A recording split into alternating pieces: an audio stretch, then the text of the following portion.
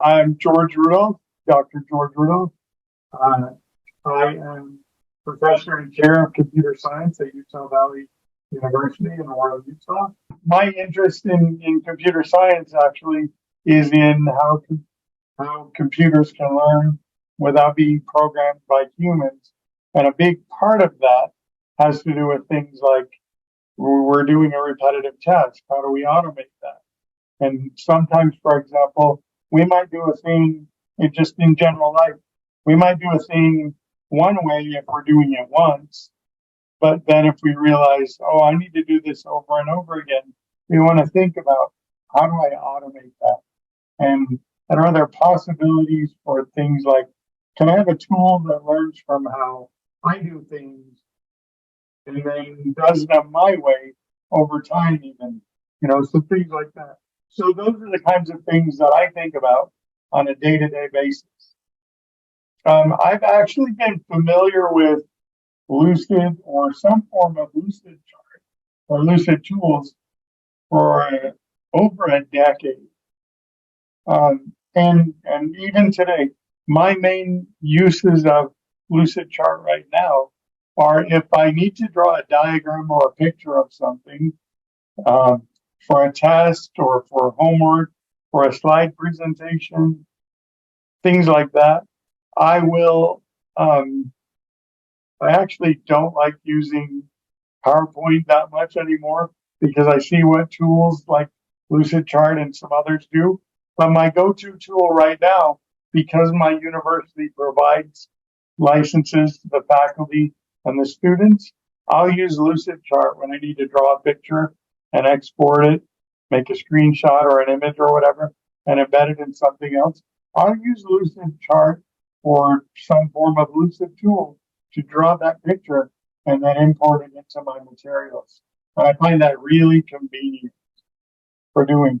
And when my students, especially software engineering students, for example, when they say, I need to draw this kind of a diagram for a paper or, something they've got to write for a project, I'll say, well, you really ought to consider using Lucidchart for that because, by the way, the university gives you, as a student, a license for that. Not only for things that are large or complex, but very simple diagrams as well, and pictures and other things like that. And so I find the ability to be able to log in and just draw there and then export the documents and things back out the way I want to be a really convenient and powerful way of drawing pictures and the things that I need to do.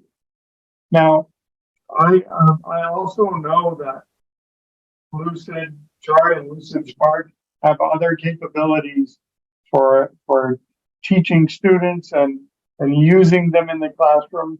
And I haven't really had a chance to explore that much yet.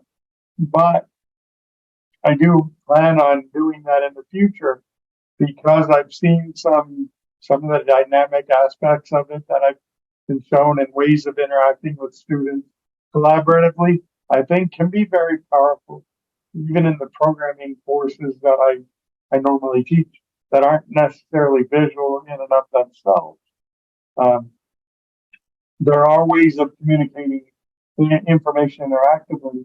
And so it's a little bit like walking into a candy store, Today I want a chocolate bar, but I also know there are lots of other candies I might pick on a different day.